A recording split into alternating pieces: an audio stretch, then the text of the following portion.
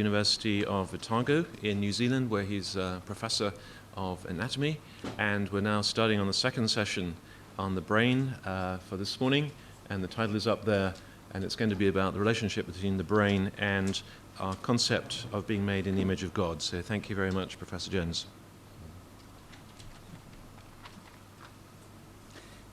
Can I just say that one or two have asked whether what I gave has been published. Well, in its present exact form, it hasn't been. I hoped I'd have a nice, easy preparation for these two and just cut and paste. But of course, I can never cut and paste because I always get new arguments. But there are some aspects of it are in a chapter in a book, the book Designers of the Future, which you have out there. And what I'm going to talk about now, about biological enhancement of the brain, nothing like that is published, but I do have a paper coming out in one of the ethics journals, but without its theological context. Okay, does biological enhancement of the brain affect our status as images of God? A deliberately provocative title, because I like being provocative. I think it's quite useful. Way of introduction. It seems to me that we will live in a world that oscillates between pessimism and optimism. The pessimism of overwhelming disease and sorrow, and the optimism of an overwhelming ability to transcend our limitations. Medicine has traditionally been viewed as a means of coping as best we can with rampant disease, controlling it where possible and caring for the sick at all times and under all circumstances. Extreme optimism, ushering in utopian visions of a disease-free state, has traditionally been the province of philosophers and visionaries, unencumbered, of course, by the need to change the lives of real people. Now, though, this distinction is breaking down. It's breaking down as the possibility of enhancing the lives of ordinary people through biomedical technology is taking on some semblance of scientific reality. And so biomedical enhancement appears to be entering doctors' consulting rooms, and this has theologians worried. Is medicine shifting from its conventional role of making people well to making people better than well? Is it becoming a monster in its own right, in that it's posing a challenge to our most fundamental conceptions of human nature and the human condition? Now, obviously, we could tackle this issue in many ways because the body as a whole is affected. But it seems to me that enhancement of the brain emerges as a crucial determinant in the debate. First of all, a world of enhancement fantasies. Now, it's not unusual to encounter stories in really quite serious newspapers and magazines with headings such as, "Anyone for tennis at the age of 150? Do you want to live to be 800? Indeed, a member of this university, Aubrey de Grey, a biogerontologist, he argues that a future world, perhaps 1,000 years hence, could be populated with people who are alive today, and they're around 60 years of age. So there might be hope, if hope is the right word, for some of us." According to this scenario, the concept of aging will have become obsolete, with a world populated by people enjoying a state of eternal youth and no longer threatened by the major diseases of the 21st century. And then along similar lines, Ronald Bailey has recently envisaged a typical family reunion at the end of this century. And at this reunion, there are 5 generations playing together, with the oldest member at 150 playing tennis with her 30-year-old great-great-granddaughter. Tennis seems to have a certain attraction for these people. On the eve of the 22nd century, diabetes, Parkinson's disease, and AIDS will have been consigned to the past. Tissues and organs will be readily regenerated, and human immortality will beckon. Technologies utilizing stem cells, constructing artificial chromosomes, and creating perfect transplants will together have transformed our vision of human nature. And in case you think neuroscience is being left out of these exciting vistas, consider papers with titles such as The Promise and Predicament of Cosmetic Neurology, and the accompanying description that assures us that, and I quote, advances in cognitive neuroscience make cosmetic neurology in some form inevitable. And then in another place we encounter the promise, and again I quote, artificial brain parts on the horizon, and it's claimed that these will help people with Alzheimer's disease form new memories. Now, visions like this are being worked out in some detail by one author after another. For instance, Joel Garrow, author of Radical Evolution, The Promise and Peril of Enhancing Our Minds, Our Bodies, and What It Means to Be Human. That's the rather long title. He writes, and I quote, "We are at a turning point in history. For millenniums, our technologies have been aimed at modifying our environment. Now, for the first time, our technologies are increasingly aimed inward, at altering our minds, memories, metabolisms, personalities, and progeny. This is not some science fiction future. Inexorable increases in ingenuity are opening vistas, especially in what we may call GRIN, genetic, robotic, information, and nanotechnologies." Obviously, the question is, what is science fiction and what is science fact?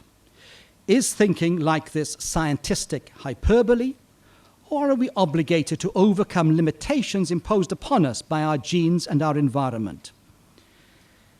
Now, it doesn't matter how we react to these sorts of possibilities, we're immediately confronted by profound philosophical, theological, and ethical conundrums. What is enhancement? Now, the usually encountered distinction is between enhancement and therapy.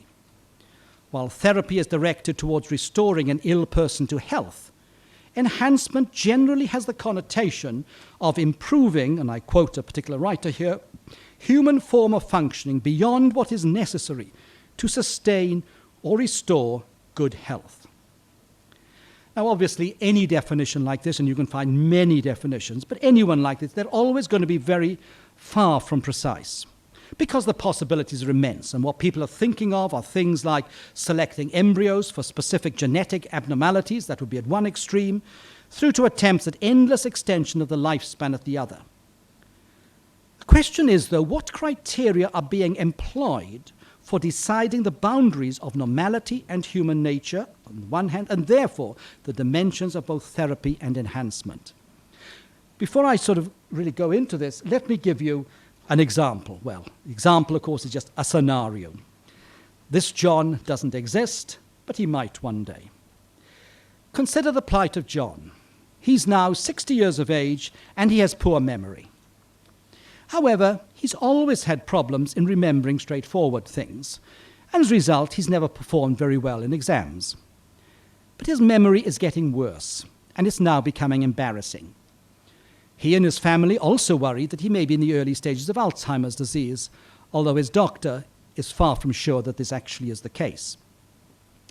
Everyone would be much happier if he could at least remember where he put his glasses, let alone his keys. He sometimes forgets where he is, but he now finds it impossible to remember faces. They just want him to be restored to what he was like a year or so ago, when he had a poor memory, but better than what it is today. They want him to be restored to his old self, the John of old, with a fairly poor memory, but something that everyone could live with. Now that is the world of therapy. What I want to ask is, what might enhancement mean in this case? And I want to give you 3 scenarios, and you'll see in a moment why I'm giving you 3.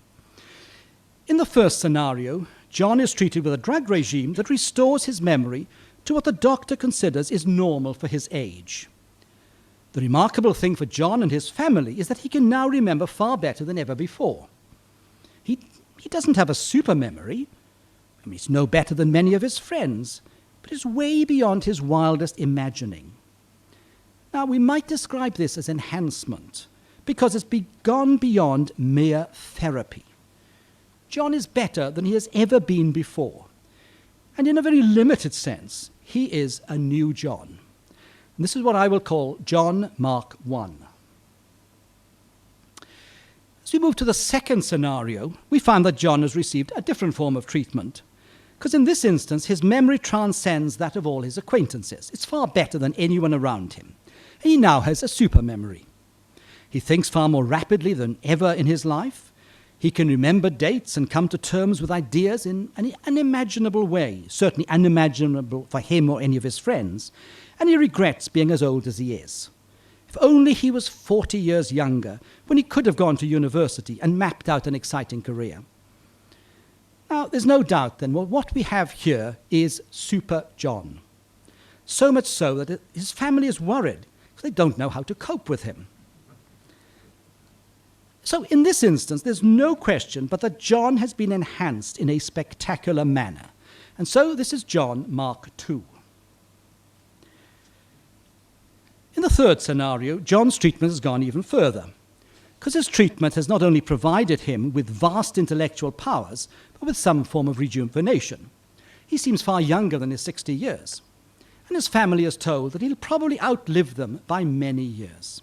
He is a younger John, not just John with an improved memory.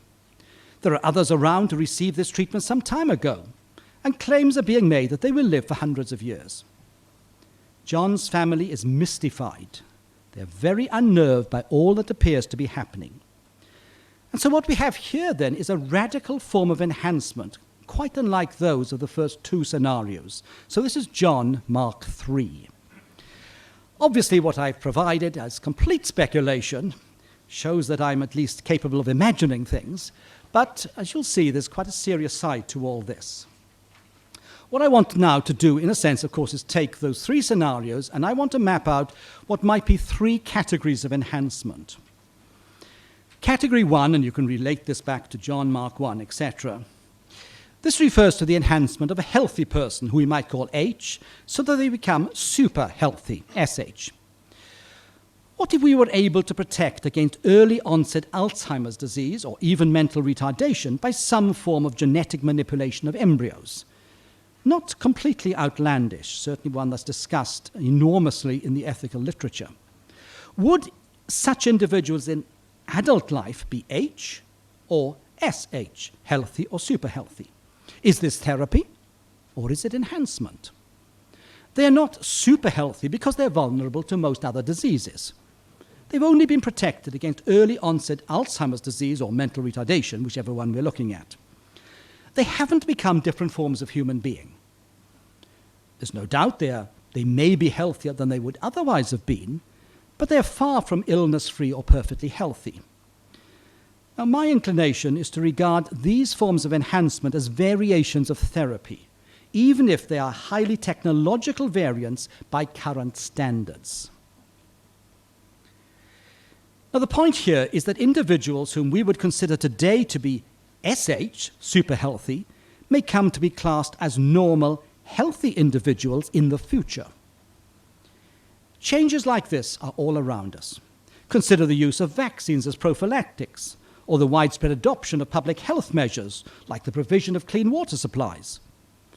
In some ways, those examples might appear uninteresting to us today, but their enhancement effects on the health of whole populations have been quite revolutionary. Along with dramatic increases in life expectancy and decreases in neonatal and childhood mortality, the concept of what constitutes good health has been transformed. In other words, enhancement isn't simply a future phenomenon. It has already taken place in numerous societies. Let's move on to category 2. This refers to enhancement that may have nothing to do with health, like things like an extension of abilities. So in this instance, enhancement encompasses those with super abilities, what we might call SA, as opposed to those with the normal range of abilities. Now, the SAs may be more intelligent than they would otherwise have been, or they may be able to run much faster. In other words, instead of correcting defects, normal functions will have been extended. Super abilities may enable individuals to perform better than they would otherwise have performed, the sort of thing that worries both educational authorities and even more, of course, it worries sports bodies. It's true that an enhancement of this type may be unfair on those in a position who are unable to, those who are not in a position to benefit from them. But that's an ethical issue which I don't want to go into now.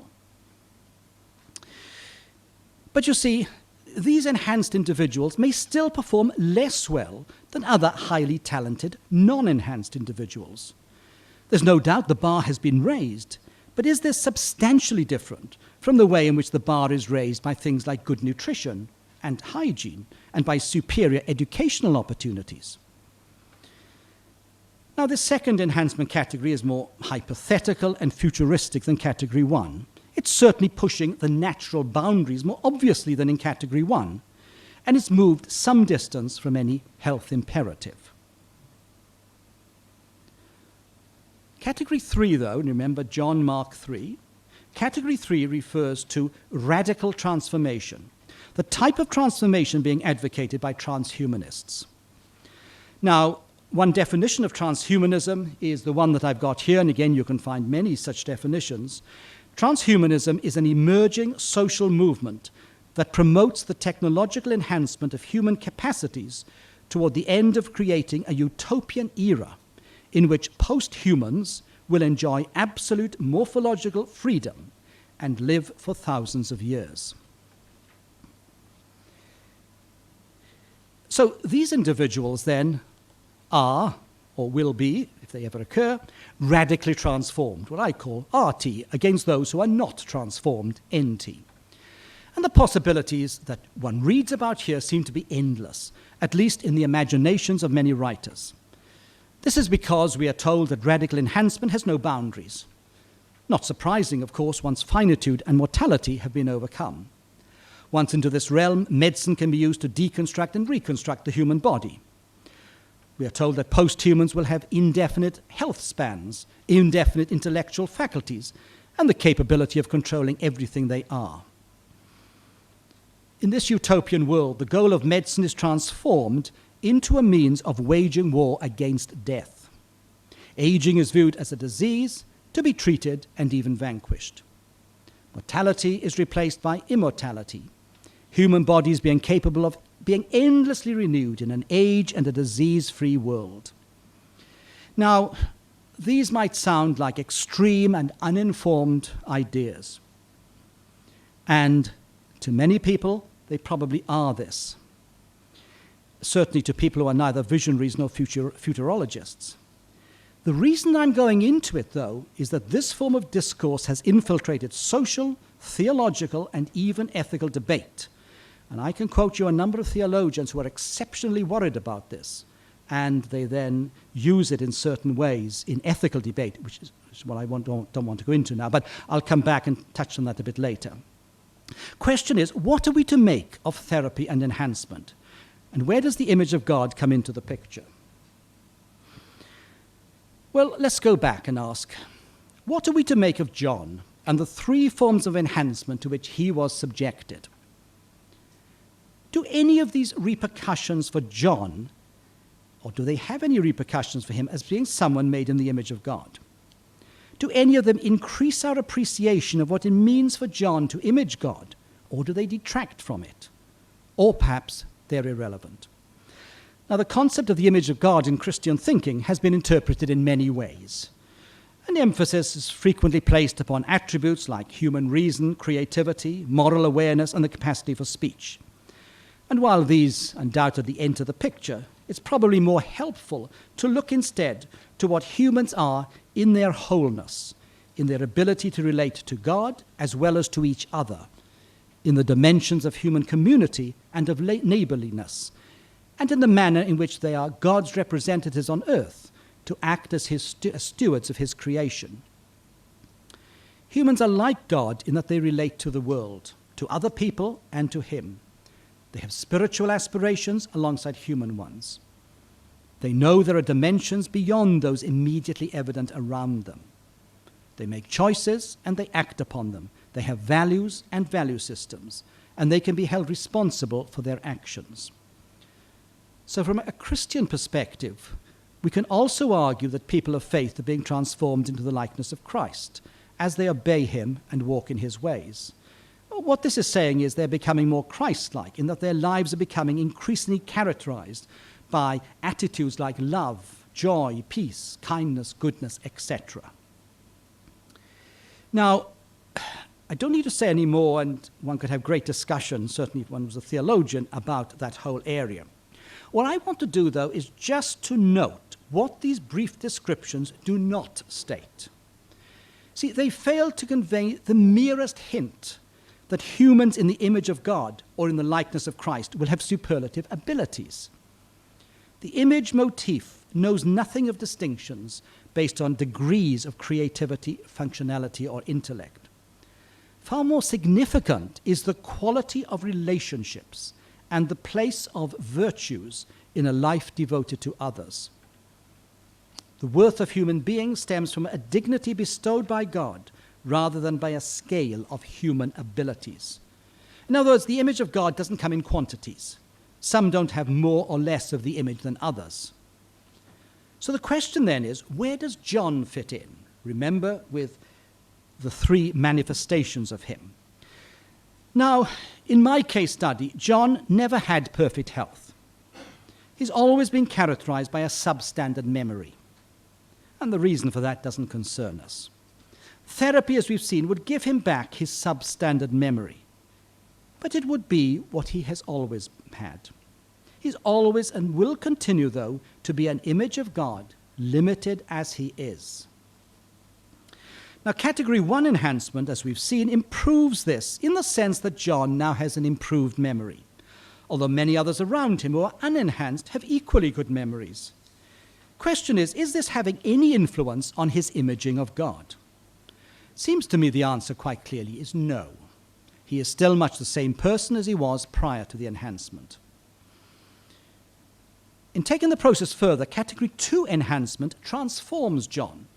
He's still a person who images God, although some elements of his personality have been changed.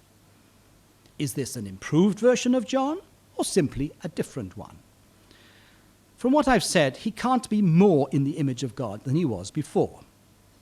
Whether he should have been improved, if that is the right word, is of course another matter, and that's an ethical issue. But with Category 3, though, we are confronted by a barely recognizable John. The humanness that characterized him seems to have disappeared. We may question whether some aspects of his imaging of God have actually been removed. After all, what this radical transformation has done is to modify the dimensions of his mortality, and so his framework for hope has been removed. By suggesting that he can have an everlasting human body, as we know it today, it seems to me that the basis for his relationship to God and his fellow humans has been fundamentally undermined. We have to question whether he is an image of God anymore, if one could go in that radical direction. My conclusion is that therapy and two of the enhancement categories don't constitute a threat to Christian conceptions of the image of God. By the same token, though, neither do they enlarge it in any way. Category 3, though, takes us into the realm of transhumanism, a paradigm, it seems to me, that leaves little room for Christian or probably other religious perspectives. And it is this, rather than whether humans can actually be changed in these radical ways, that is the threat. In other words, the threat is a philosophical one rather than a clinical or a scientific one. Now, of course, in considering John and his memory improvement, I've concentrated on just one neural function. But, of course, it's a pretty complex one. And this, of course, is why the scenarios were dominated by therapeutic intentions, except, that is, for John Mark III, when he entered a utopian dimension. Apart from the latter, the forms of neuroenhancement that emerged as being tentatively acceptable all have limited goals and restricted vistas. But, of course, we have to ask, can we go further? Now, hypothetically, one day it might prove possible to render people more Christ-like or more God-like by modifying their brains, using surgery or drugs or electrical stimulation or whatever you like. In other words, will there ever be a technological route to sainthood? by increasing their capacity for love and kindness, by simply manipulating a particular brain region. Could this make them more godlike or more Christ-like? Could they become more spiritual? Now, in my view, the answer must be no, because the alleged improvement has not been brought about by any decision-making on their part. On the contrary, this form of neuroenhancement represents a denial of their responsibility and the rejection of what they are as images of God.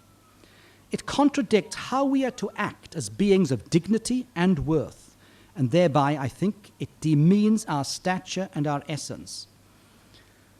The notion of increasing spirituality by technological means rests on the assumption, as we saw in the last talk, that the brain is a machine. And it denies the personal model of the brain that I developed there. In other words, if you go down this sort of track, the brain is regarded as a mechanical device that can be improved simply by changing its constituent parts.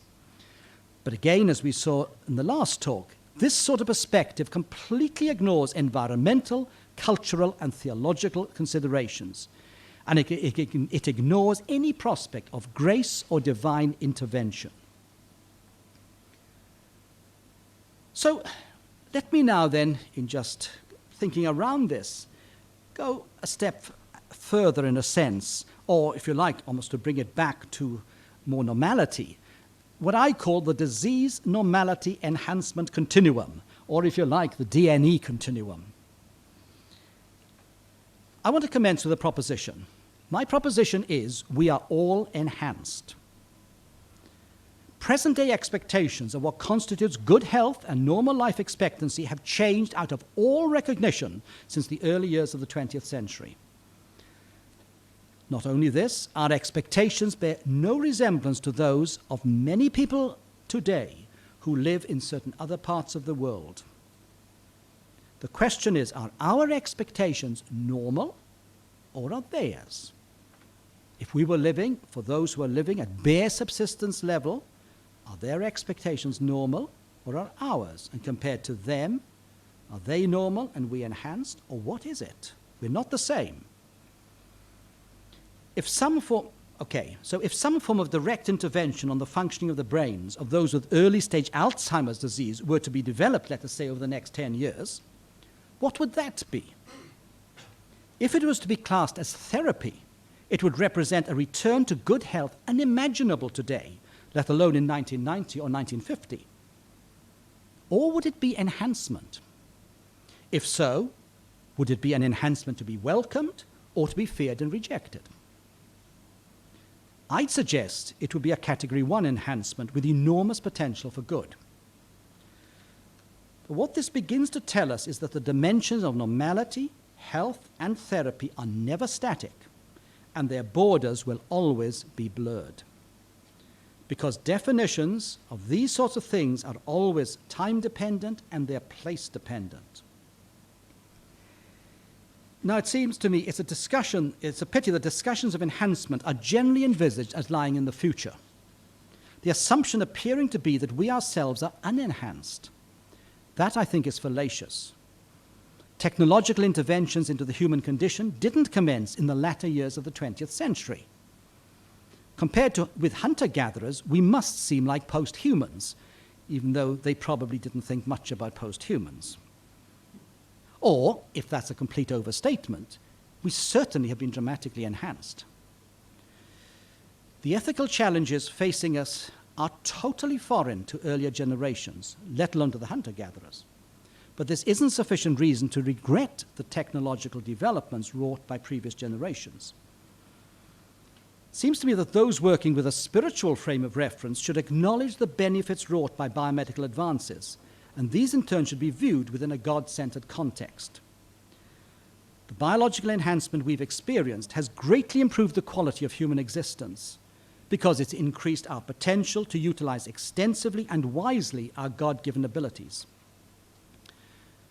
True, the abilities have not always been employed wisely. Sometimes they're employed very unwisely. But I don't think that's reason to reject the power for good that has come our way. And I think we should be grateful for this.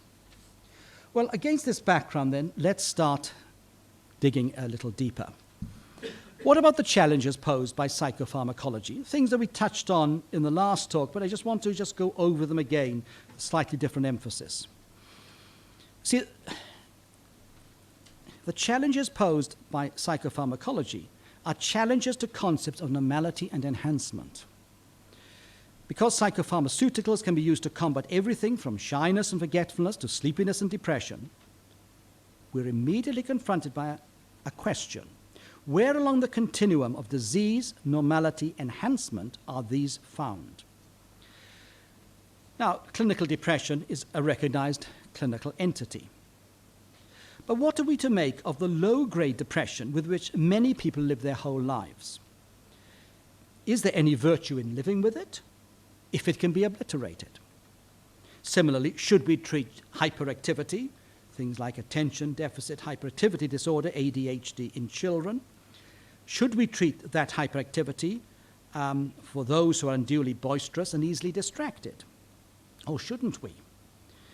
See, simply posing these questions highlights the uncertainty of where the boundary between the normal and the pathological lies.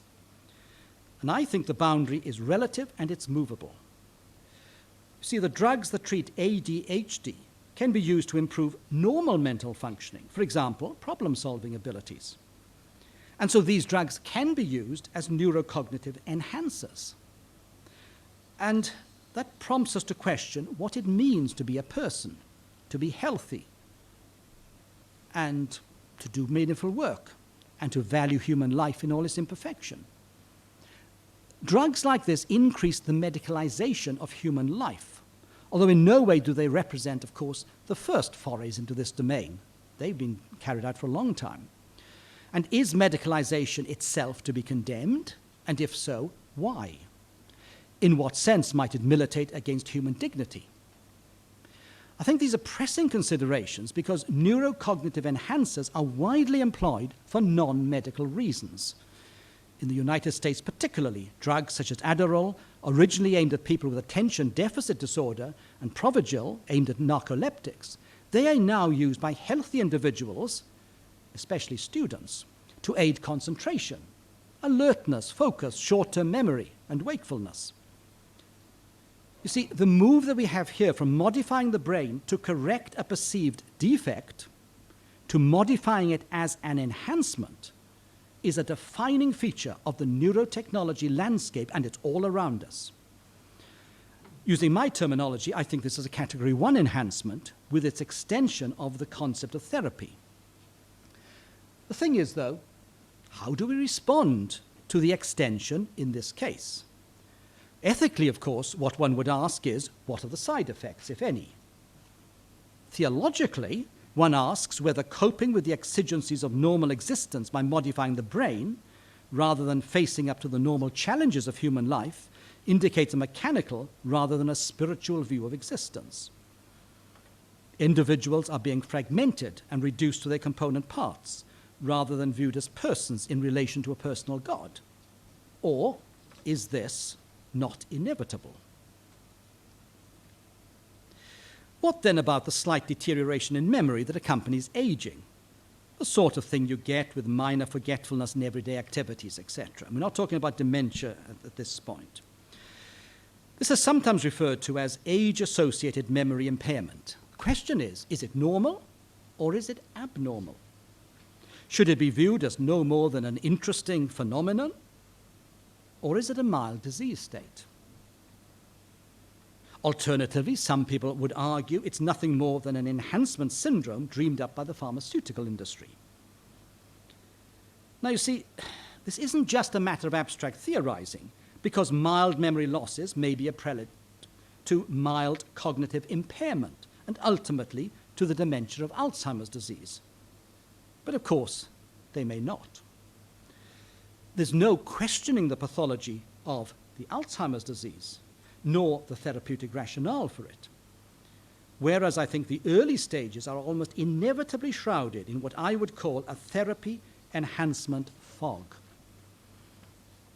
In the other direction, as I've just been saying, drugs influencing memory could prove very useful in younger age groups, where improvement in test scores at school and university would be the driving force. And of course, this brings us face to face with the fears of what sometimes people call the affluent worried well, aided and abetted, of course, by commercial pressures within the pharmaceutical industry. It seems to me that this use of memory-enhancing drugs appears close to Category 1 enhancement measures. But it also highlights the way in which society's values and desires can shape the direction and the interpretation of scientific endeavor, something, of course, which happens in many other areas and not just in this one. Now, answers to questions like these should be based, it seems to me, on the premise that the welfare of the person should be regarded as paramount. And this, I think, provides a yardstick for measuring the novel and the threatening. But I think one has to query once again whether improving behaviors pharmacologically detracts from the responsibility of the person for his or her own actions, or does it enhance it? If pharmacological support enables personal accomplishments to flourish, it is perhaps to be welcomed. On the other hand, as we said before, excessive dependence on such support is never far from the surface. And so I think it's in these contrasts that we come face to face with the tension within drug-based approaches to mental disorders. On the one hand, their usefulness, on the other, their distraction. And the direction in which we move reflects worldview presuppositions. Viewing the brain within the broader context of environmental and social forces emphasizes, I think, the significance of human relationships. Whereas if we view it in isolation, it separates it from these relationships. So I think if we go in the former direction, where we emphasize the significance of human relationships, I think that has room for the therapeutic use of psychopharmaceuticals. On the other hand, if we try and isolate the brain and the individual from these other factors, these other forces, it inclines us, I think, towards undue dependence upon biotechnological approaches. But you've always got a tension between the two, and I don't think one will ever get away from that. Although my main thing here is talking about enhancement, I think all the time one's coming back to disease, normality, just how they relate to one another. I just want to give you a few more examples here. If the aim of therapy is to cure or prevent diseases that hinder someone from functioning within society, there would appear to be a role for the use of brain-modifying drugs to bring those people's capacities within normal biological limits. What you're doing here is to use neuroscience to bring wholeness to people suffering from recognizable diseased states. But you see, the problem is, even this concept of diseased states is a very malleable one.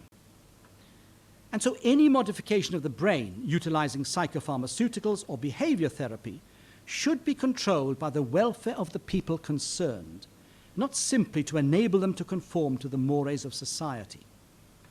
What's more, as we all know, people live within communities and societies, and help may rest principally on effecting improvements to the social structures around them, and direct assaults upon their brains may then be inappropriate. But no matter how we argue these points, there are always perplexing situations where people's actions appear to be unnervingly controlled by the organization of their brains. Let me give you just a couple of examples. When the brains of depressed subjects who have committed suicide are examined, it's invariably found there is a reduction in serotonin, as we've seen, one of the brain's neurotransmitters. A deficiency in this can lead to a predisposition to impulsive and aggressive behavior. And in some extreme situations, this may precipitate not only suicidal thoughts, but the likelihood of acting on them. Now, studies of depressed patients have shown a variety of abnormalities in their brains, including a decreased volume in one brain region, which is the anterior cingulate, but doesn't matter about the details, and abnormal activity in a neural circuit involving this anterior cingulate and the amygdala. But it's far from clear whether these abnormalities precede or are caused by the depressed state. That's the sort of situation, of course, that I've referred to before. Now, one recent study seems to show that depression-like changes in the cingulate amygdala circuit are present in healthy carriers of a high-risk gene.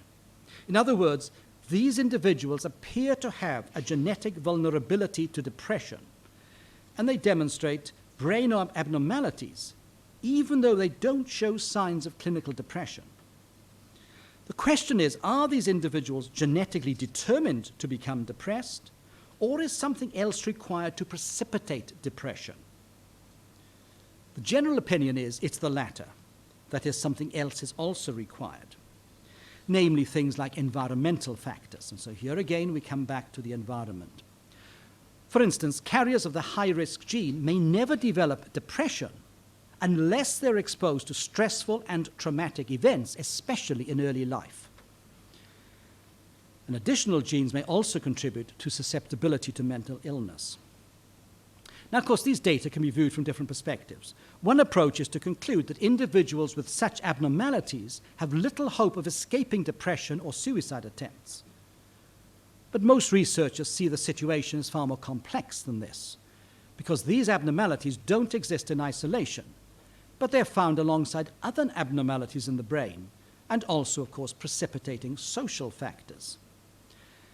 And it generally is very difficult to know which comes first, the abnormality or other factors. So are people at risk of becoming depressed? Are they normal, or are they abnormal?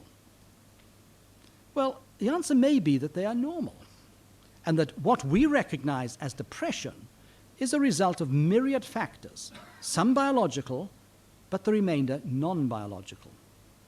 And so where does enhancement come into the equation if we are not clear what it even signifies?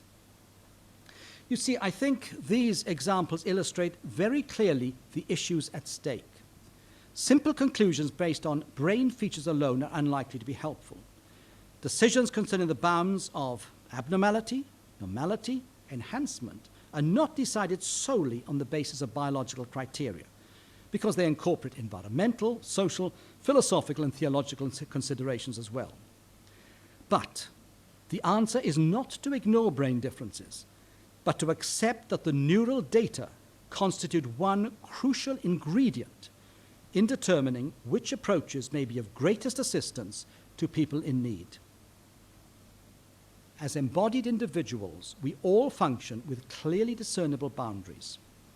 We all have limitations, biological, social, etc. We all have weaknesses.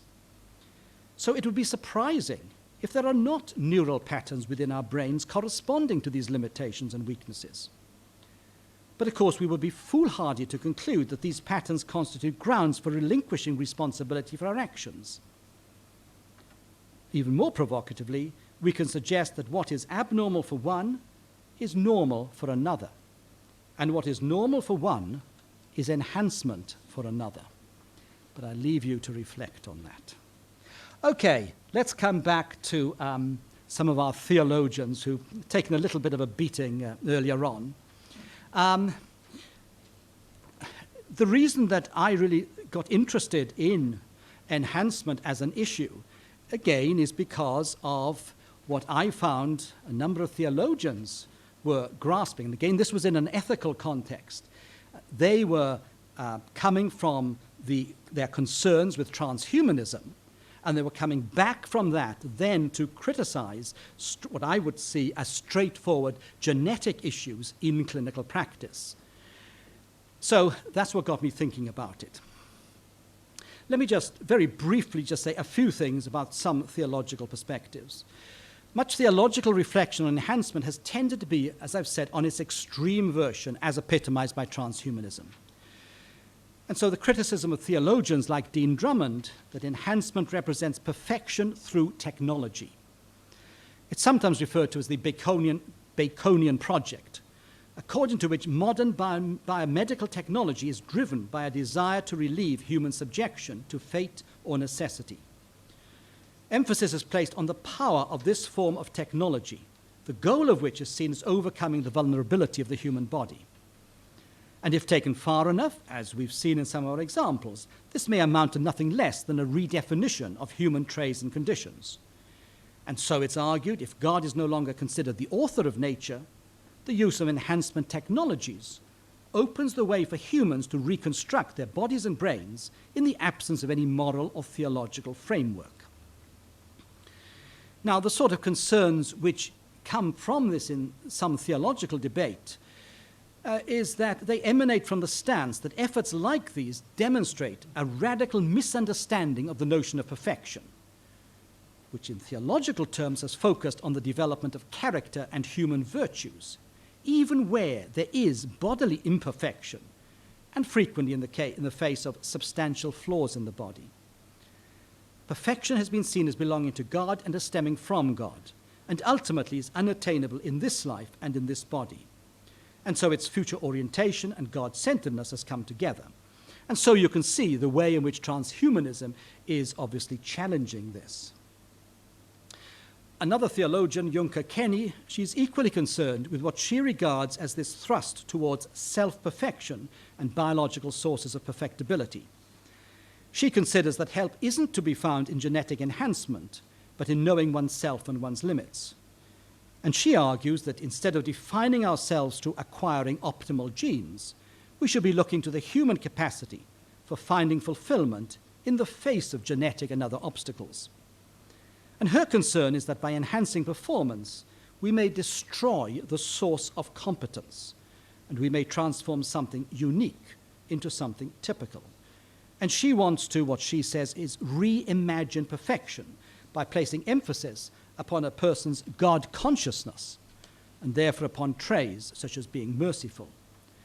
And obviously this stands in radical opposition to attempts at achieving perfection through genetic means. Waters, another theologian, identifies two possible responses to these more extreme possibilities. Again, we are talking here about a critique of transhumanism. He says we can either view humans as co-creators who use technology and medicine to work with God in constructing a new creation, or use theology as a counter-discourse. And he opts for the latter, that is, to use it as a counter-discourse. And he argues that technology is not to be used by humans to eliminate either the finite or mortal limits that define humans as embodied creatures. In other words, he takes as his starting point these extreme scenarios. Peterson, though, works within a less catastrophic framework, and he acknowledges that human beings are indeed called to develop themselves, with the result that some enhancement of their capacities may be appropriate and even required. Now, a somber note implicit in so many of these responses is the fear that humans are attempting to improve upon God's blueprint for human life. And any movement in this direction is regarded as an irreligious aspiration. Aspirations that dominate theological discussions that may also be seen as having ill-fated ethical consequences. Now, while I have a lot of sympathy with some of these critiques, I think this type of response is based on an extreme conception of what enhancement might mean, and certainly they don't take into account anything like the three categories that I've been developing. On the positive side, then, what might something like a Christian perspective in particular amount to? And this might, of course, very well apply to other religious perspectives. If I just quote one writer here, it affirms the inherent goodness of creation and diagnoses the defects in the human situation in terms of sin. The result is a very different way of thinking about the prospect of human enhancement and what it might mean. It suggests that enhancement technologies and the values that motivate them must be approached with suspicion. Hanson's suspicion then leads him, I think quite helpfully, to delineate a number of religious benchmarks by which enhancement technologies might be judged. He wants to resist the idea that to be finite is to suffer, because this would mean that the contingency of creation is held in contempt. Alongside this is his opposition to technologies that express a will to power over conditions of finiteness, rather than being a faithful response towards suffering. And then from this is another evaluation, by asking whether the technologies in question interfere with humanity's dual nature of freedom and finiteness, and therefore with the ability to recognize the goodness and the evils of humanity. And he finally concludes that any technologies that promote complicity with norms of narcissism, vanity, and self-sufficiency, that is, with sinful pride, are problematic. Now, while these, I think, are very general considerations, I do think they serve as useful pointers for any theological perspective. By themselves, they don't preclude any particular modifications, which I think are to be assessed using the therapy enhancement categories that I've outlined. But they do serve to direct us away from the catastrophic transhuman framework of so many theological contributions towards one, I think, that takes seriously what is actually happening in scientific laboratories. Then perhaps if I come back to Dean Drummond, I think she's correct when she expresses her skepticism about the use of what she calls salvific language on the part of scientists, because, I think quite rightly, she says it promises far too much. But it does behove theologians, though, to move beyond negative responses to this extremism. For her, it's far more valuable to explore theological strands based on wisdom and prudence, with very important guidelines being provided by things like humility and weakness. And so it is right to be cautious, but this by itself doesn't lead to outright opposition to all forms of exploratory therapy, and at least to the modest categories of enhancement. In our concern to respond to the overweening ambitions of some scientists and thinkers, we should not succumb to the temptation to bless the status quo as if it were perfect. After all, the status quo is very far from perfect. It's frequently filled with human misery, some of which, of course, is genetically caused. I think it would be tragic if Christians and others of religious persuasion ended up inadvertently defending the status quo and the present state of biomedical understanding and control for fear of highly speculative transhumanist scenarios. There are ways of working towards a better future that are far more modest than that predicated on a transhumanist agenda, and ways that take serious account of theologically helpful pointers. Those working within a framework of faith should be prepared to embrace joyfully, I think, Category 1 and at least some Category 2 enhancements, while vigorously arguing against Category 3 varieties with their veneer of transhumanism. After all, the scientific enterprise, by its very nature, is creative. It always aims to find new ways of approaching medical and allied problems. Its approach, as we know, to problems is a strictly limited one, driven by its reductionist methodology. But this is not antagonistic to what some people call the giftedness of life. And I just quote Parents here, and he discusses what he calls the gratitude and the creativity frameworks. And what he wants to do is to hold these two emphases in tension. And I quote him, "As one side emphasizes our obligation to remember that life is a gift and that we need to learn to let things be, the other emphasizes our obligation to transform that gift and exhibit our creativity." And I think the challenge for all of us is to hold these two in tension, something which many feel is not the case, particularly in those areas where science is driven by pharmaceutical and commercial interests. And I certainly accept that. But I don't accept that this is an argument against the creative impulse within science. And so finally, I think as we try and apply these general considerations to neuroscience, we discover enhancement for one person is normality for another, simply because of the enormous biological variability between individuals. And allied to this is the question of whether there is any difference between enhancement via direct intrusion into the brain, using drugs, implants, surgery, whatever, against environmental or indirect enhancement using social or educational means. There's no doubt that direct intrusion into the brain has a reductionist facade. It appears to abstract the brain and isolate it from the remainder of the individual's body and persona. And the mechanistic overtones are palpable, and its dangers are all too obvious. And yet I think the differences between the two approaches may sometimes be more apparent than real, because what counts is the nature of the effect upon the individual as a person responsive to God and their world.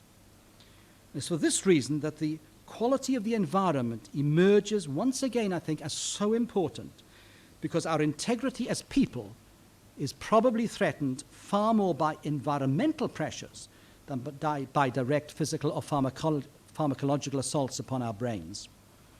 Neuroscientific considerations appear to suggest that opposition to enhancement as a principle is misguided and unhelpful. And so, while theological considerations don't provide specific answers concerning what is or is not acceptable, I think they do serve to provide a framework by which it's possible to accept our finiteness and our mortality.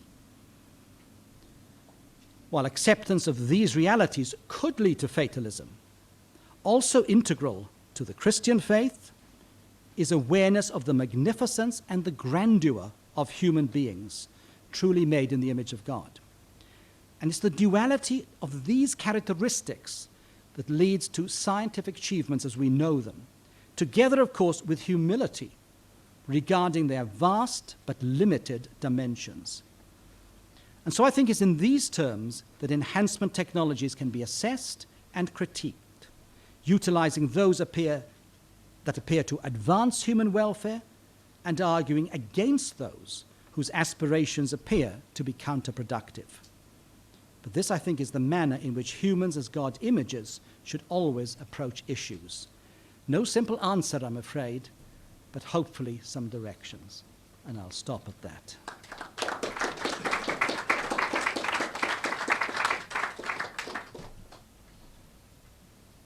Well, thank you very much again, Professor Jones, for that. And let's open now to your questions. Who wants to be first in this time?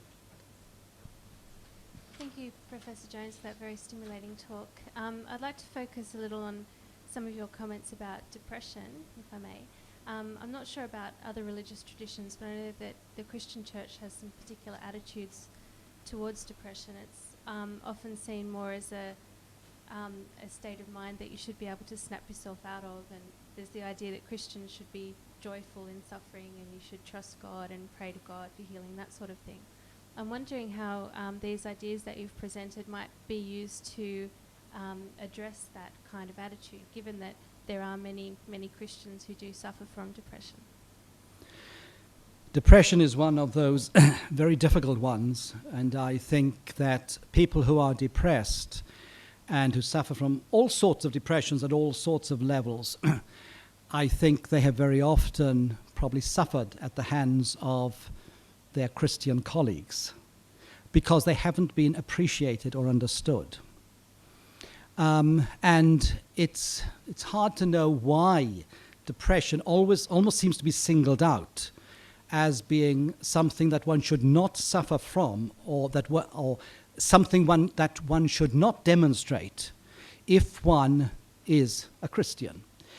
By far the most helpful people here are, of course, people who have themselves suffered from depression.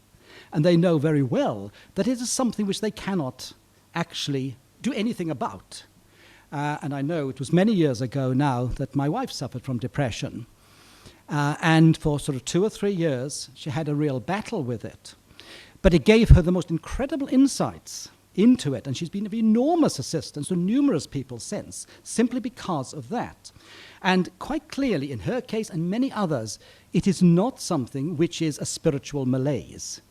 It is something which, whatever the actual cause, or probably causes, is something which is over and above that. And so, on the other hand, and so I think there is a whole area of depression which is medically based, biologically based. I suppose the trouble is, though, that if I feel a bit fed up today and I'm not really quite with it and I'm not very nice to everyone else, I might say, well, I'm a bit depressed. Now, this is probably an attitude of me rather than something which is biochemically based. So I think we're probably using the term in quite different ways, and it's this that gets so mixed up. But, I mean, it's a bit like saying, if someone has a very painful condition, okay, you should see your way through that and you should know joy and everything. But you can well know that if you've got debilitating pain due to some organic cause or other, it is very difficult to do that. But again, then, of course, we do have to live with these things. But I think we still have to make that distinction between it's just me being a bit rebellious and me having a good cause for it because of something biological.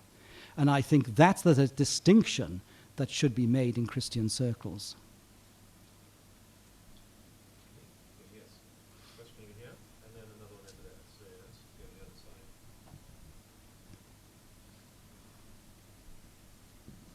On that issue, could I draw attention to a recent book by Cathy Weald entitled Life After Darkness, an extraordinary story of a Christian doctor suffered for 7 years severely, suicidally with depression. Final deliverance as a result of neural surgery, but also associated with prayer. Mm. It's a very, very interesting story and addresses many of the issues just raised.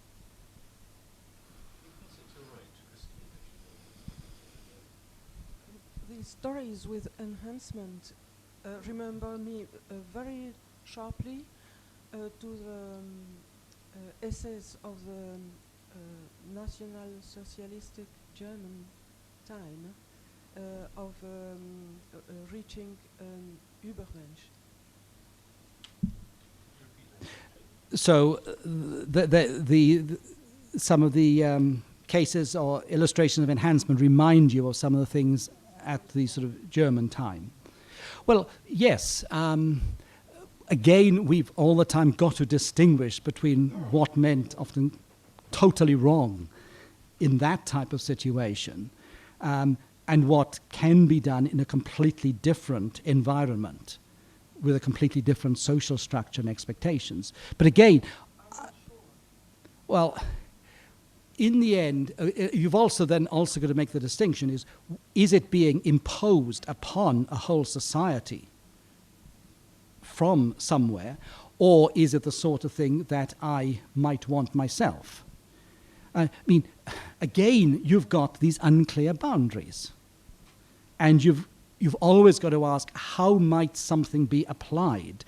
Whether it's something like in these enhancement categories, or something which is perhaps far less controversial. How is it actually being applied? I mean, if you look in a different area now, it's not one we're looking at here, you look at the whole area of eugenics. I mean, eugenics, which of course was reached such an appallingly awful situation in the sort of 30s, particularly, and 30s and 40s in Germany.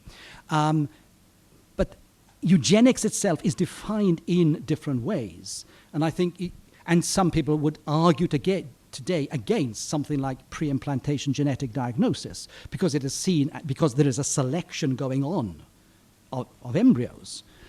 And they would argue against it because it is seen as having eugenic overtones. But I think what you've then got to do is to distinguish between, or to ask, whether there is any difference between the sort of eugenics of the Nazi era and the sort of eugenics, if you use that word, and most people, of course, won't use that term, that is going on in something like PGD and genetic counseling clinics. You know, so I think all the time one has to ask, what are the similarities and what are the differences?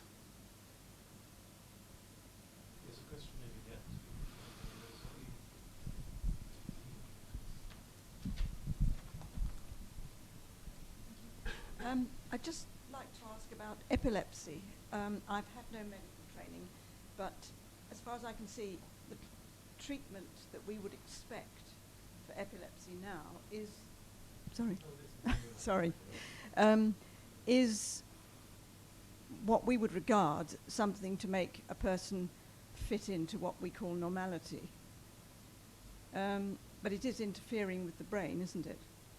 So I just wondered what you felt about that. Does anyone know more about epilepsy than I do?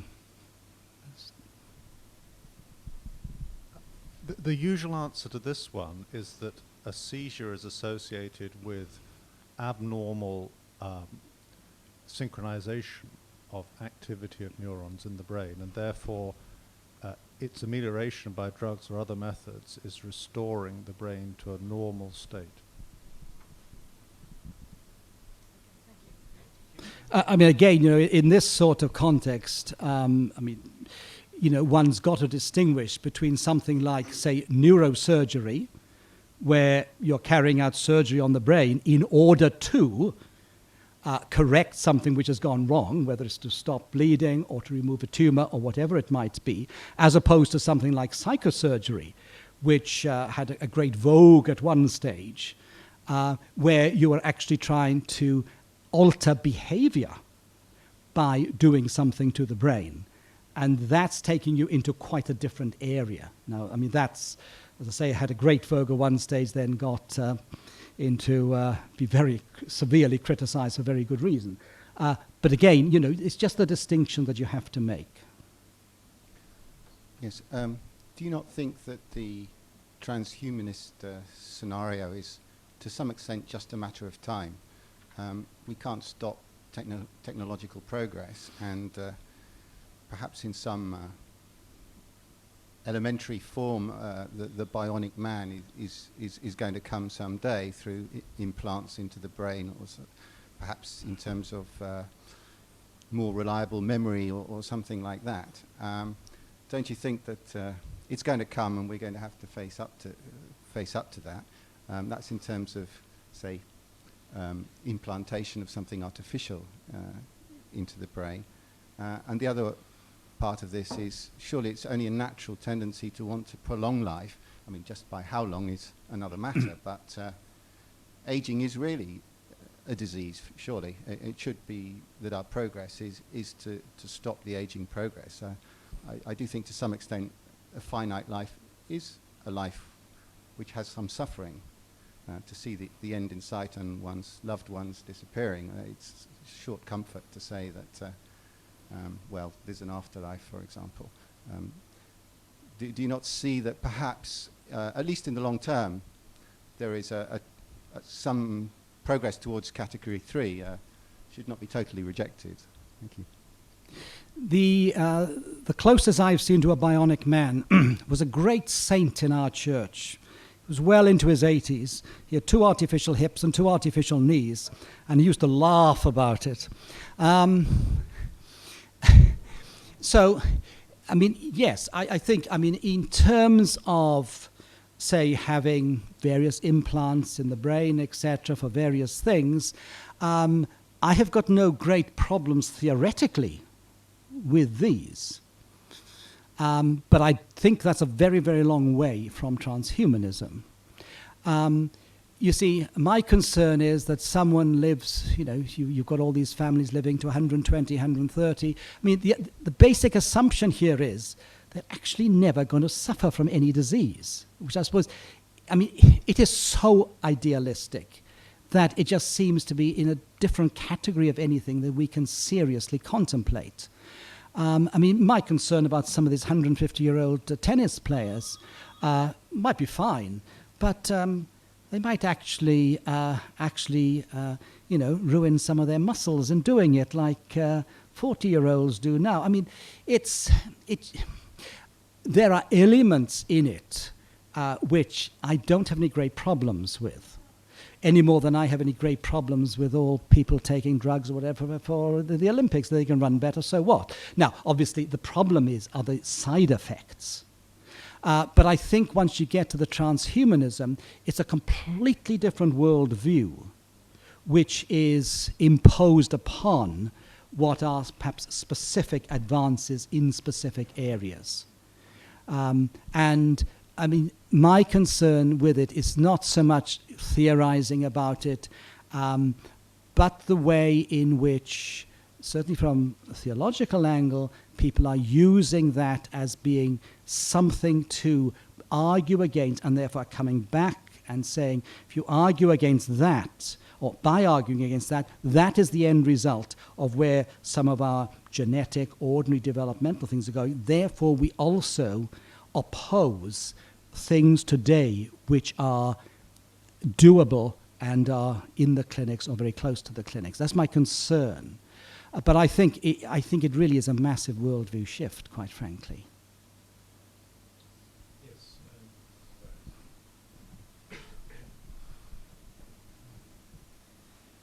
In a way, we are all enhanced compared to what we were before. And I see in terms of, it's kind of paradigm shift. in some religious tradition, it is kind of very sinful and offense that human beings will be like gods. And in some other tradition, it's perfectly okay. So if God is immortal, what is wrong that human beings could be immortal? In the sense that if we attain godhood and we are immortal and we live forever, and God created man after his own image, so if God could be immortal and lived happily ever after, what's wrong with human beings? Why they can't do that? I mean, I don't necessarily agree with this, but I see points in the counter arguments. I suppose it's the sort of ethicist in me which really gets churned up by this. Because I suppose what I see in it is its unrealistic nature, and therefore its implications for many of our attitudes. So, I mean, one can envisage immortality of one sort or another, even on the earth. But I think in terms then of saying, well, if we are seriously actually going in that direction, if we want to go in that direction, if we think we can get there, it has a huge number of implications for the ways in which we act and our attitudes towards people. I mean, again, not thinking of transhumanism now, but I mean, one of the well-known American ethicists, who's not going from a particularly religious position, I mean, his concern about people trying to hoping to live, doesn't matter how long now, let's say 80 or 90, but without going into other realms, that people who expect to live disease-free lives, the problem with that is that when the point of death comes, or near the point of death, everything becomes far worse than it is in the more normal type of situation. So it really is affecting the ways in which we actually approach. I mean, death becomes worse, and something far worse to contemplate than with the sort of more normal disease, etc., and at least an acceptance of that. So it's a paradigm shift in that sort of way. Quite apart from what it has, of course, in terms of resources, but that's very much an ethical issue.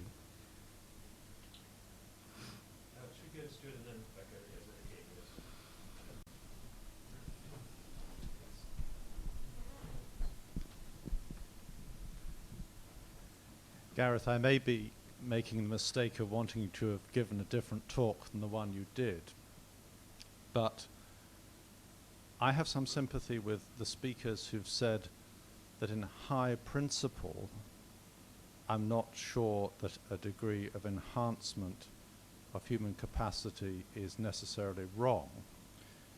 My problem with that as a goal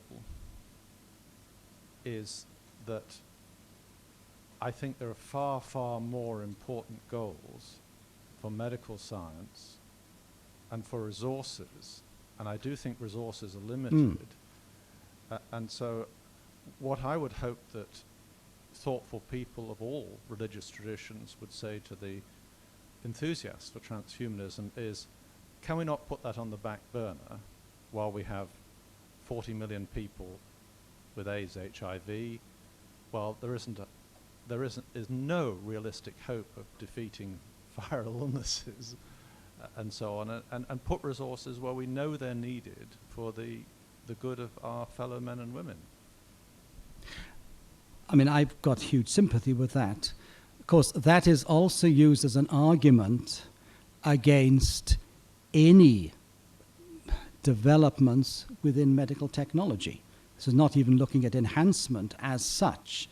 But, I mean, that quite often is used as an argument against any, say, of the artificial reproductive technologies. Why do we go more in those directions when there are so many better ways in which money could be spent in our world? So while I have huge sympathy with that, that is an argument which is used sometimes indiscriminately against any form of medical development, or probably many spending much money in many scientific areas.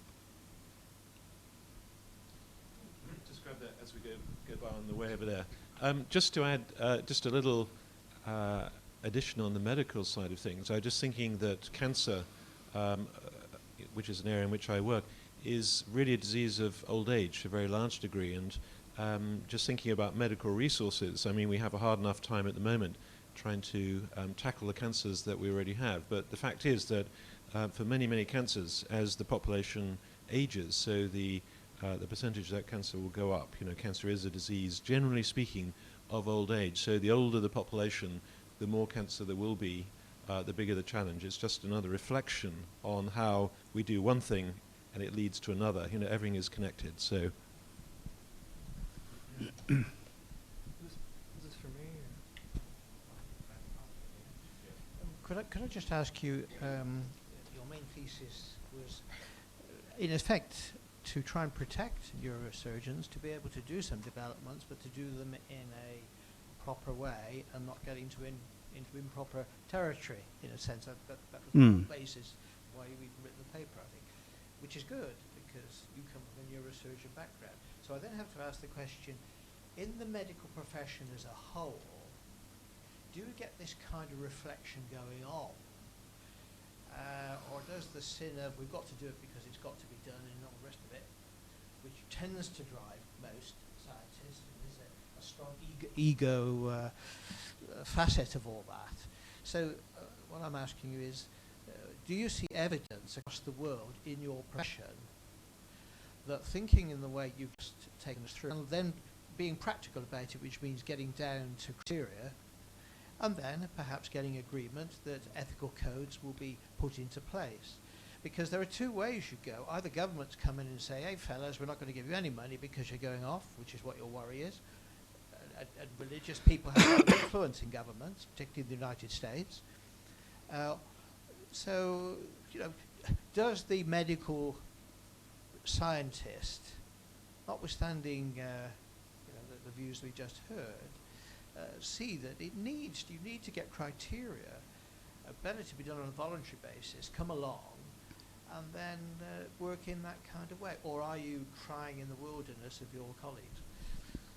Oh, I mean, I think with any profession, you've got all sorts of positions. And yes, there are certainly a considerable number who will be thinking on these sorts of lines in these sorts of ways.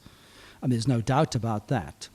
Then, of course, you will get more your bench scientist or your sort of face-to-face clinician who will simply be getting on with the job and doing what they think it's possible to do or what could be done. And I have no criticism with that. I think the reality so often is, of course, that it's politicians who make their decisions, particularly on resources, and based on all sorts of different premises. And very often, of course, what you've got there in any public service is that there's not nearly enough money for doing ordinary things which you know will benefit ordinary people.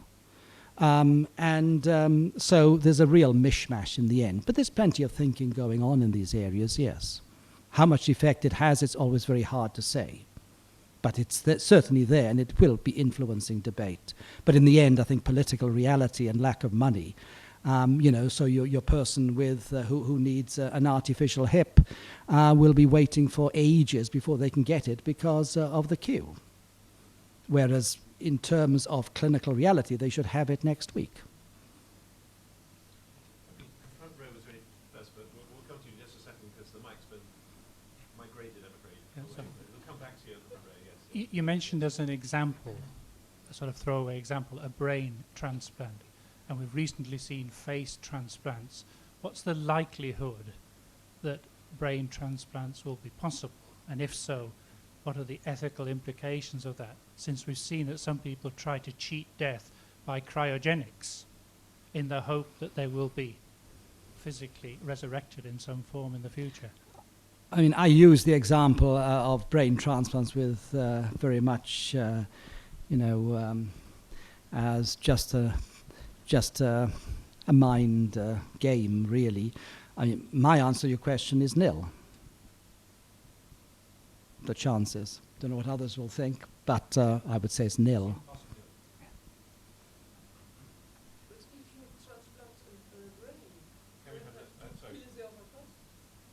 So, Can you say that again on the mic? Sorry, we're in the discussion. Let us imagine you can transplant a brain. but my answer was that you can't. Yes, okay, but let us imagine that. But first of all, you should have killed the first person, the person from whom you take the brain. Or she should have been agreed with her brain transplanted to another body. It would raise interesting ethical debate, yes. Yes. Perhaps a question the previous row is related to mine. It seems like it's often the case that the designs we find in the living world are better than we can presently imitate. And from a Christian point of view, one might think that maybe that will remain true, although one worry there is that the designs in nature are implemented with maybe more constraints, such as the organism has to be able to reproduce itself without getting implants or that sort of thing.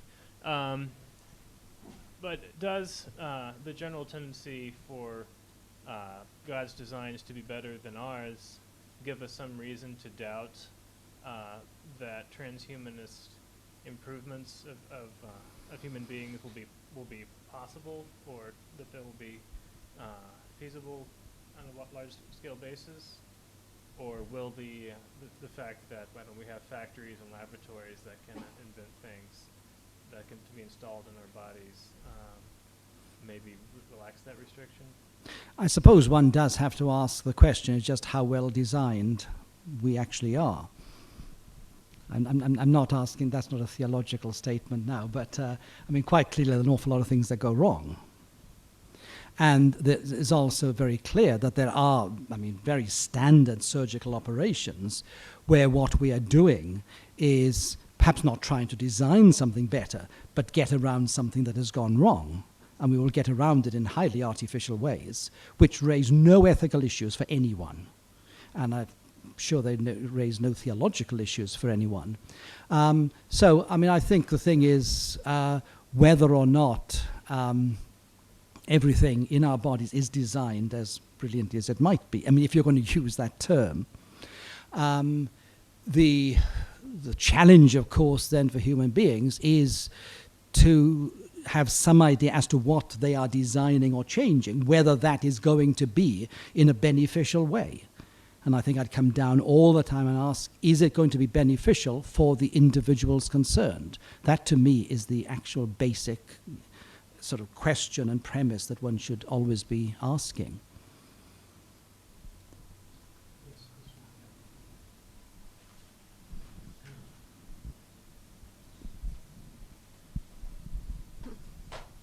Do you think that free will of person is located in brain, and that relation between any person and God is exactly in the brain?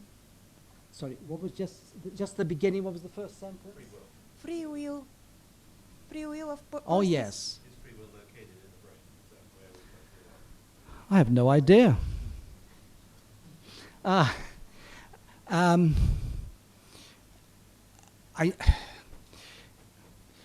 One could answer that, yes. Well, I suppose one could attempt to answer that if you knew what the question really was. I mean, not the question you've asked, but if you knew how to break it down into neurological terms. Okay, let it be to be evil or to be good. Your decision is exactly in brain, to follow God or to follow that what not from God. I think my decision to be evil or good, or any decisions that I make, that you make, that we make, is very much decisions that we make as whole people. Yes. Now, you might say that that will have a neural correlate, something, in the brain, but it's not the brain making us do it. It is what we do as responsible beings. We will make decisions in one way or another. It is what we do as people, as whole people. I mean, if one actually could detect what was going on in the brain, we probably could, but I think in the end it is our decision. I think we're going to be coming back to brain and free will later on this afternoon. I think, I'm looking at our other neuroscientists, yes, they're both nodding, so we're going to come back to that topic in much more detail.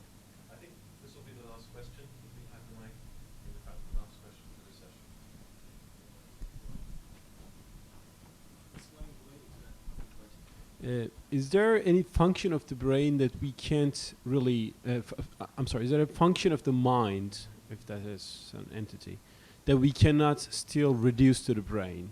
Like, I mean, we see that there's a center for seeing, there's a center for hearing and so on. But like, can we spot everything, every function of the mind in the brain? Or, because I've heard arguments saying that, well, not every function of the mind is really correspondent to a particular place of the brain. But, I'm asking if that's true or not. Well, I mean, I think I would simply say that our knowledge of the brain is still very incomplete, still very fragmentary. There's a vast amount one doesn't know. And therefore, I'm sure that there are a vast number of these correlations that, yeah, sure, one couldn't just simply say this happens there. But again, I think, too, that so much of what happens is not just in one part of the brain. It's a part of the huge relationship of different parts of the brain and this sort of interconnectivity. But they're vast. Our ignorance is vast.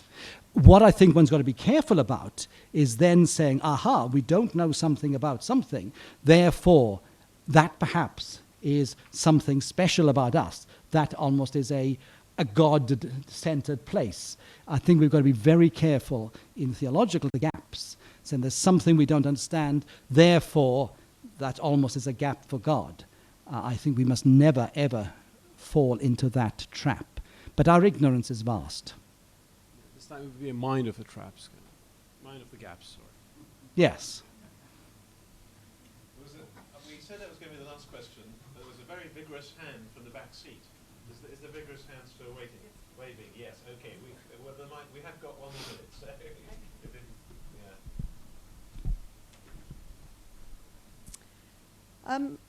We're putting a lot of effort towards eliminating disease and improving longevity of life. Do you think these enhancements actually improve our relationship with God? Or isn't it just this desire is just stemming from our sort of sinful attempts to become like God? Well, simply because someone lives to the age of 80 rather than the age of 60. I'm not sure that in and of itself in any way improves their relationship with God. On the other hand, as I sometimes say to an audience, it's a bit of a mixed audience in age here, sometimes you look at audience and say, well, of course, if we were 150 years ago, 200 years ago, very few of us would actually be here. We would all have died a long time ago. So, no, I don't think that one can put this close correlation any more than, after all, if you look in religious and Christian terms, some of the most vigorous Christians are living in the most appalling situations, whether it's situations of deprivation or whether it's situations in which they're outlaws as far as a regime is concerned. Therefore, one must never have that close relationship. And on the other hand, sometimes if we rely too much on good health, whatever, and materialism and well-being in those terms, then that, of course, can be something which is a big obstacle because we rely upon ourselves and our own abilities rather than upon our relationship with God.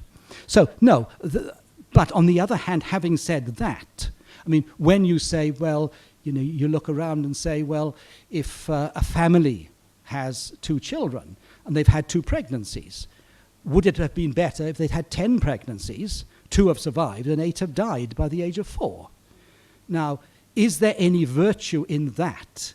Now, it doesn't mean to say that people, living in situations where most of their children have died can't have a very close relationship with God.